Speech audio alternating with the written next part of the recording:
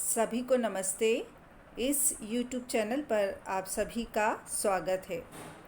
हमने मानव विकास की जो हम प्रक्रिया पढ़ रहे हैं, इसमें हमने अब इससे पहले एक वीडियो में वृद्धि एवं विकास, ये जो मानव विकास प्रक्रिया के दो कॉन्सेप्ट हैं, इनका अध्ययन किया था। इसमें हमने इनका अर्थ भी समझा था और हमने इनकी परिभाषा भी अध्ययन की थी। आज हम देखेंगे कि ये जो जब हमने वो लेक्चर पढ़ा था अर्थ और परिभाषा, तब हमने बात भी की थी कि अभी हम इनकी कॉन्सेप्ट समझ रहे हैं। आज हम देखते हैं कि इन दोनों प्रत्ययों में क्या अंतर है, क्योंकि आमतौर पर जो है वो हम वृद्धि और विकास को जो है वो एक ही बात मानते हैं। तो इन दोनों जो कॉन्सेप्ट्स हैं, इनमें क्या डिफरेंस है, इसका अध्ययन जो है वो हम एक एक पॉइंट में जो है वो इसका अध्ययन करेंगे। तो उससे हमें वृद्धि और विकास का अर्थ और भी ज़्यादा जो है वो स्पष्ट हो जाएगा। तो आज हम देखते हैं वृद्धि एवं विकास में जो है वो अंतर क्या होता है। तो पहला जो अंतर बताया गया है कि वृद्धि जो है वो मात्रात्मक परिवर्तन होती है। अर्थात वृद्धि में हमने बात की थी, जब भी समझा था इसको, कि वृद्धि में हम मात्रा के रूप में इंच, लंबाई, इतना किलोग्राम, वज़न बढ़ा, ये हम क्या बताते हैं, मात्रा जो है वो वृद्धि की हम बता सकते हैं। जबकि विकास जो होते हैं उसमें गुणात्मक परिवर्तन होता है। जो इसे हरलॉक का मानना, जो हमने एक मनोवैज्ञानिक हरलॉक की परिभाषा भी पढ़ी थी कि विकास में मात्रात्मक एवं गुणात्मक दोनों ही प्रकार के परिवर्तन होते हैं। जब हम बात करते हैं तो इसमें वृद्धि जो है, इसमें सिर्फ जो है वो मात्रात्मक या क्वांटिटेटिव चेंजेस जो है वो होते हैं, जबकि विकास जो है उसमें गुणात्मक परिवर्तन या क्वालिटेटिव चेंजेस जो होते हैं। जो मनोवैज्ञानिक हरलॉक है, उन्होंने बताया था कि इसमें गुणात्मक परिवर्तन के साथ साथ मात्रात्मक परिवर्तन भी होते हैं। लेकिन जो अधिकांश परिवर्तन जो हम देखते हैं विकास में, वो सारे जो है वो मात्रात्मक रूप में होते हैं। दूसरा जो डिफरेंस है कि वृद्धि जो होती है मूर्त होती है, अर्थात इसे हम देख सकते हैं, क्योंकि किसी की लंबाई बढ़ी, किसी का वज़न बढ़ा, तो ये हमें मात्रा में भी पता चल रहा है और हमें दिखाई भी दे रहा है, इसलिए इसे मूर्त कहते हैं। जबकि विकास जो होता है अमूर्त होता है, हमें स्पष्ट हम उसको किसी मात्रा के रूप में जो है उस विकास को नहीं देख सकते। तीसरा जो अंतर है, वृद्धि मापनीय होती है, क्योंकि इसमें परिवर्तन परिमाणात्मक होते हैं। आकार, वज़न, लंबाई आदि को जो है वो मापा जा सकता है। जो अभी हमने बात कही वही उसी को विस्तृत रूप से यहाँ समझाया जा रहा है। विकास जो है अमापनीय होता है, क्योंकि इसमें परिवर्तन गुणात्मक होता है। इसका अनुभव जो है वो किया जा सकता है। हम किसी के विकास को देखकर उसका सामाजिक विकास हो रहा है तो हम मात्रा में नहीं बता सकते, लेकिन उस विकास को जो है वो अनुभव कर सकते हैं। फिर वृद्धि में परिवर्तन केवल शारीरिक होता है, चाहे वे बाह्य अंग हो अथवा आंतरिक। जैसे हमने लंबाई, वज़न, आकार, ये जो बात कर रहे हैं, ये हमें शारीरिक रूप जो है वो दिखाई दे जाते हैं। तो शारीरिक बाह्य परिवर्तन है या आंतरिक हैं, ज़्यादातर जो है वो वृद्धि शारीरिक परिवर्तनों से संबंधित होती है। जबकि विकास जो है व्यक्ति के विभिन्न क्षेत्र में होता है, जैसे शारीरिक, मानसिक, सामाजिक, बौद्धिक, संवेगात्मक, संज्ञानात्मक आदि। मतलब विकास के जो विभिन्न क्षेत्र हैं उनसे संबंधित जो है वो विकास होता है, जबकि जो वृद्धि होती है वो अधिकतर शारीरिक परिवर्तनों से संबंधित होती है। इसके बाद जो अगला अंतर है कि वृद्धि का क्षेत्र जो है संकुचित है, क्योंकि हम देख रहे हैं कि ये अधिकतर शारीरिक परिवर्तनों से संबंधित होती है। जबकि विकास का क्षेत्र जो है वो व्यापक है, जैसे अभी हमने बात की, क्योंकि इसमें सारे परिवर्तन आ रहे हैं, शारीरिक, मानसिक, क्रियात्मक, संवेगात्मक, सारे परिवर्तन जो है उसके अंतर्गत आ रहे हैं। फिर अगला जो अंतर है, वृद्धि की संकल्पना जो है वो संकीर्ण है। यह भ्रूणावस्था से प्रारंभ होती है तथा परिपक्व अवस्था तक प्राप्त करते करते जो है वो रुक जाती है, क्योंकि हमने देखा कि शारीरिक वृद्धि जो है वो शारीरिक परिवर्तनों से संबंधित है और अधिकांशतः जो किशोर अवस्था तक आते आते जो है वो ये परिवर्तन रुक जाते हैं या ये वृद्धि जो है वो रुक जाती है। जबकि विकास की संकल्पना जो है विस्तृत है, क्योंकि भ्रूणावस्था से प्रारंभ होकर जो है विकास जो है वो सारे जीवन चलता रहता है, पूरा जीवन पर्यंत जो है वो विकास की प्रक्रिया जो है वो चलती रहती है। फिर नेक्स्ट है, वृद्धि विकास का ही एक घटक है। जो शरीर के विभिन्न अंगों में विभिन्न अवस्थाओं के दौरान एक निश्चित गति से होता है। एक निश्चित अवधि के बाद जो है वृद्धि रुक जाती है। मतलब जो वृद्धि को माना गया है वो विकास का ही एक घटक या कंपोनेंट जो है उसको माना गया है, और इसकी जो है वो वृद्धि की गति हर अवस्था में जो है वो अपने एक ढंग से जो है वो चलती रहती है। जबकि विकास की प्रक्रिया एक निश्चित अवधि व सीमा तक साथ साथ चलती है व एक निश्चित अवधि के बाद इनका सहचर्य जो है वो छूट जाता है। जैसे हम देखें कि जब बच्चे का भ्रूण के रूप में माँ के गर्भ में आया, वहाँ से लेकर वृद्धि और विकास जो है वो दोनों साथ साथ चलते रहते हैं, लेकिन एक अवस्था में आकर जो है वो वृद्धि रुक जाती है और विकास लेकिन जो है वो जीवन पर्यंत चलता रहता है। फिर नेक्स्ट है, वृद्धि का प्रारंभ विकास के बाद होता है।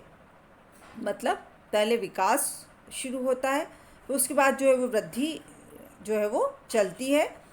नहीं, इसमें जो है विकास के अंतर्गत कि विकास वृद्धि से पहले शुरू होता है तथा जीवन पर्यंत जो है वो चलता रहता है। मतलब वृद्धि होगी, बच्चे का वजन बढ़ना शुरू होगा या आकार बढ़ेगा, उससे पहले क्या होगा कि वो विकसित होगा, उसका विकास होगा और फिर उसके साथ जो है उसकी वृद्धि चलेगी।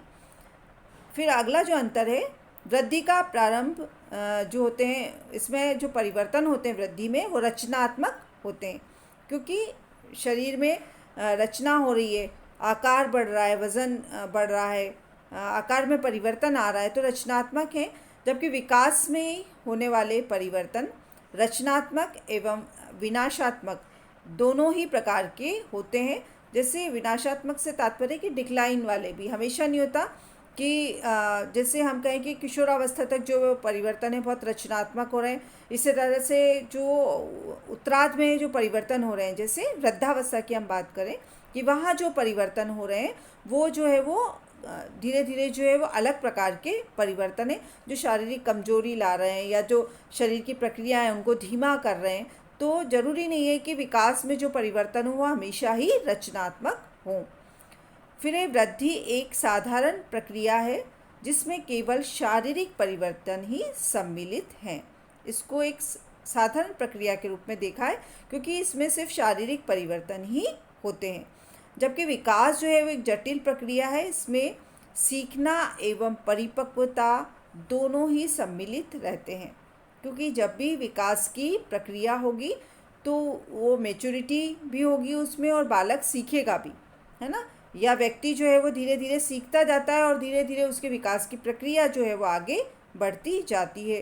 तो लर्निंग और मैच्योरिटी दोनों जो है वो विकास की प्रक्रिया में जो है वो चलते हैं, इसलिए इसको जटिल प्रक्रिया विकास को माना है। फिर नेक्स्ट है कि वृद्धि एक साधारण प्रक्रिया है, ये हमने देख लिया। उसके बाद है कि कोशिका विभाजन द्वारा अंगों में वृद्धि होती है। हम सभी जानते हैं, हमने ह्यूमन फिजियोलॉजी पढ़ी है सबने, सेल डिवीज़न की हमारे शरीर में जो है वो विभिन्न जो निर्माण है वो कोशिका के द्वारा होता है। तो कोशिका विभाजन की जो प्रक्रिया चलती है उसमें शरीर की वृद्धि होती है। तो विकास जो है उसमें के लिए विशेष प्रयत्न की जरूरत होती है। यह परिपक्वता की ओर व्यवस्थित समानुगत एवं क्रमानुगत जो परिवर्तन उनकी श्रृंखला है, जिससे हमने एक परिभाषा में भी देखा था, हरलॉक की जो परिभाषा देखी थी उसमें विकास जो है वो हमेशा जो है वो क्रमबद्ध रूप से चलते हैं, उनमें आपस में जो है वो संबंध होता है, वो व्यवस्थित होते हैं। एक क्रम के रूप में जो है वो विकास की प्रक्रिया जो है वो धीरे धीरे आगे बढ़ती है, जबकि वृद्धि जो है वो सेल डिवीज़न की जो प्रोसेस है उसके द्वारा आगे बढ़ती है। फिर नेक्स्ट है, वृद्धि का क्रम व्यक्ति को वृद्धावस्था की ओर ले जाता है। जैसे जैसे वृद्धि होती है, किशोरावस्था में तक वृद्धि हुई, उसके बाद व्यक्ति किशोरावस्था के बाद युवावस्था और वृद्धावस्था में प्रवेश करेगा। विकास का क्रम व्यक्ति को परिपक्व अवस्था जो है वो प्रदान करता है। जैसे जैसे उसमें विकास होता है वैसे वैसे उसमें परिपक्वता जो है वो दिखाई देती है। और लास्ट जो अंतर है कि गर्भकालीन अवस्था से लेकर किशोरावस्था तक वृद्धि की गति तीव्र होती है, तत्पश्चात धीमी हो जाती है और 18-20 वर्ष की जो अवस्था है वहाँ तक आते आते जो वृद्धि धीमी धीमी पड़ते हुए धीरे धीरे रुक जाती है। जबकि विकास जो है गर्भकालीन अवस्था में विकास सबसे तीव्र गति से होता है और उसके बाद उसको गति धीमी हो जाती है। परिपक्वावस्था के बाद विकास की गति भी जो है वो मंद पड़ जाती है, लेकिन विकास जो है वो जीवन पर्यंत जो है वो किसी न किसी रूप में विकास की प्रक्रिया जो है वो दिखाई देती है। तो ये हमने आज समझा कि वृद्धि एवं विकास ये जो कॉन्सेप्ट्स हैं, इन दोनों में क्या अंतर है। हमने जो विस्तृत रूप से इसको समझा। हालांकि यदि हम इसके मुख्य रूप से हम इसको जो हमें सामने हमें इतने अंतर देखने के बाद जो स्पष्ट हुई बात कि वृद्धि जो है वो शारीरिक परिवर्तन से संबंधित है, वो एक मात्रात्मक परिवर्तन है, इसको आसानी से जो है वो देखा जा सकता है और मापा भी जा सकता है।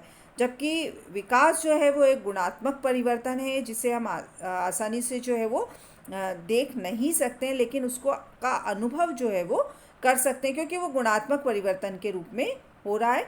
वृद्धि जो है उसका क्षेत्र सीमित होता है, क्योंकि वो शारीरिक परिवर्तन से संबंधित है, जबकि विकास जो है वो जीवन के प्रत्येक क्षेत्र से या पूरा जो विकास के अलग अलग क्षेत्र, शारीरिक, मानसिक, क्रियात्मक आदि जो सारे विकास हैं, उनसे संबंधित जो है विकास की प्रक्रिया होती है। तो आज हमने वृद्धि और विकास का अंतर जो है वो स्पष्ट रूप से समझा। इसके नोट्स जो है वो आपको PDF फाइल के माध्यम से आपको व्हाट्सएप ग्रुप पर जो है वो भेज दिए जाएंगे। आप सभी स्टूडेंट्स जो है वो इनका नोट्स बनाएं, अपनी नोटबुक में जो है इनको लिखें, ताकि आपको याद भी हो जाएंगे ये, और आपका कोर्स भी जो है वो धीरे धीरे आगे की ओर बढ़ेगा।